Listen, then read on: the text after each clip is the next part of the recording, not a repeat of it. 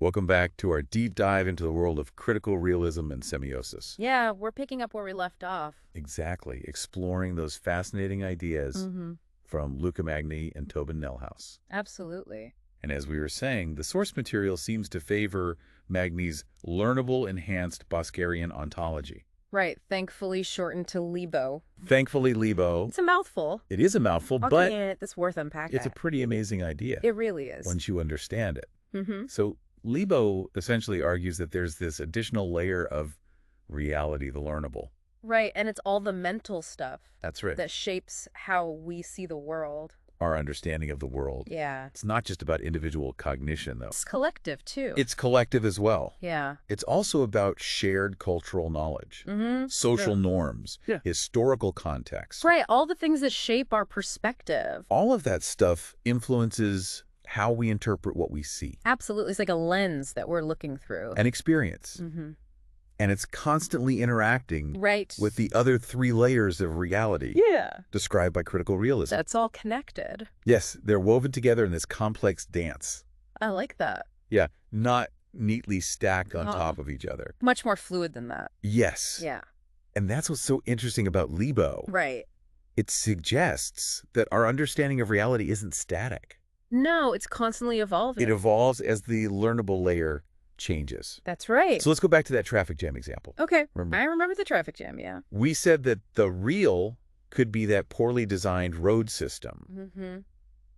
The actual is all the cars trying to navigate it. Yeah. Right. The empirical is our experience of being stuck. Right, just trying to get home. Now imagine if through careful study and urban planning, we redesign that road system. We fix it. We fix it, we add some lanes, optimize the timing of the traffic lights, Right, some smart traffic systems. implement some smart traffic management systems. Yeah. So that change in our knowledge and approach, Right. part of the learnable layer, Mm-hmm.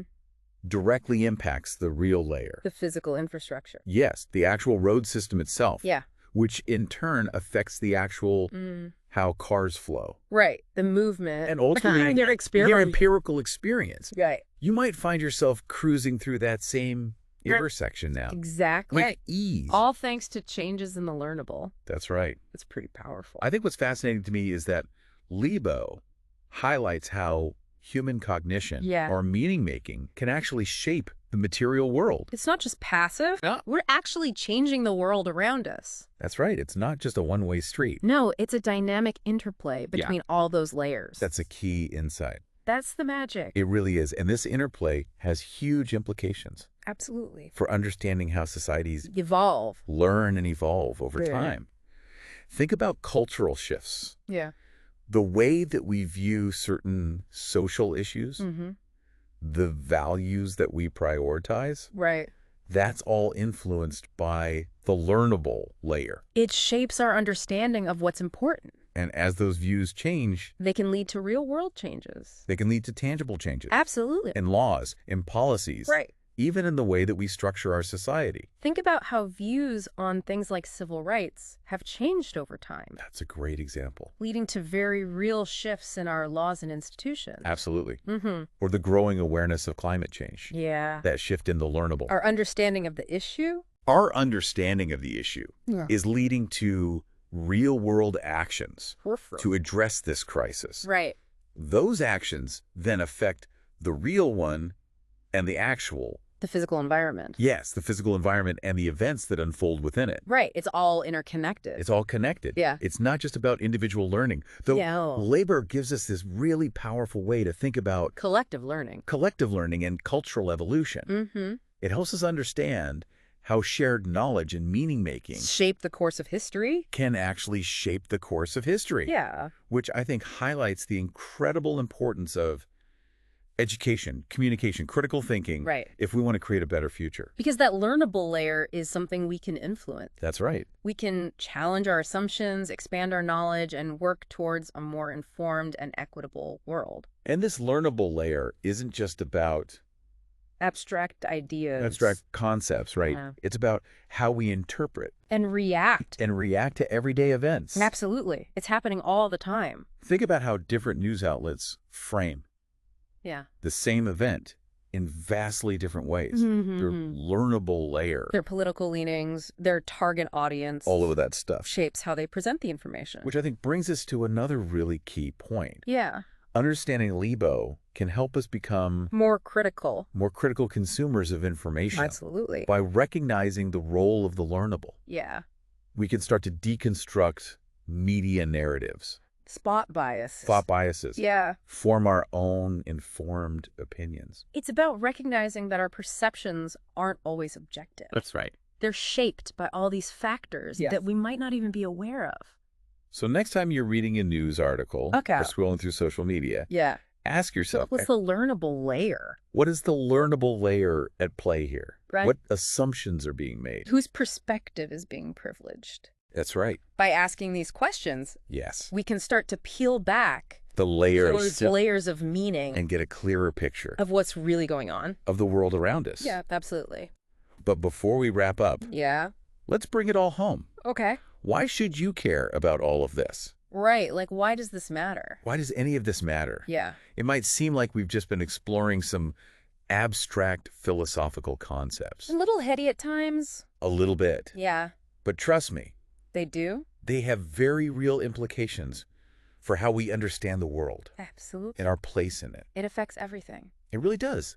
Because semiosis isn't just some academic theory, right? No, it's happening all the time. It's happening all around us constantly.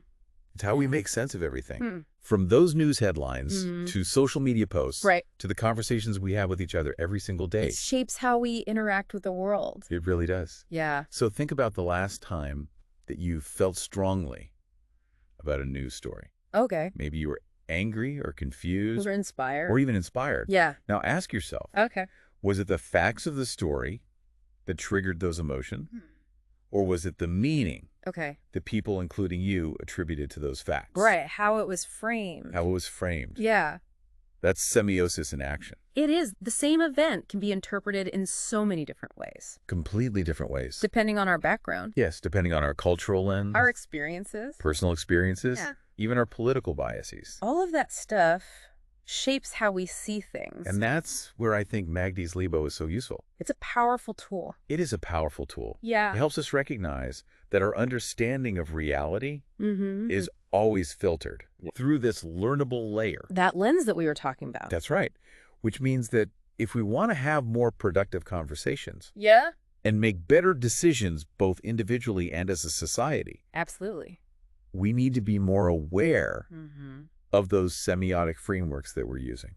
Right. What are the underlying assumptions? Yes. What are those underlying assumptions? Am I interpreting this through a particular lens? Yes. Am I even aware of the lens that I'm looking through? Yeah. And maybe most importantly, am I open to other perspectives? Yes. Am I open to considering other perspectives and interpretations? That's huge. That is huge. Because recognizing the role of semiosis doesn't mean that everything is relative. No. And there's no such thing as truth. There's still a reality out there. There is. We're just acknowledging that our understanding of it is always going to be partial. It's always going to be shaped by our own experiences and interpretations. Exactly. It simply means that we need to be more critical and reflective. More mindful. More mindful, yes, in how we construct meaning and engage with the world around us. So as we wrap up this deep dive, we've only scratched the surface of a very deep topic. Of this incredibly rich and fascinating topic. Yeah. But hopefully this is giving you a taste. A little flavor. A little flavor of how powerful these ideas can be. Absolutely. And that you'll continue to ponder. Yeah. The role of semiosis in your own life. In your everyday life. In your everyday life and in the world around you. Because the more we understand how meaning is created. Yes. The better equipped we are to navigate the complexities of this world. And maybe even shape it for the better. Right.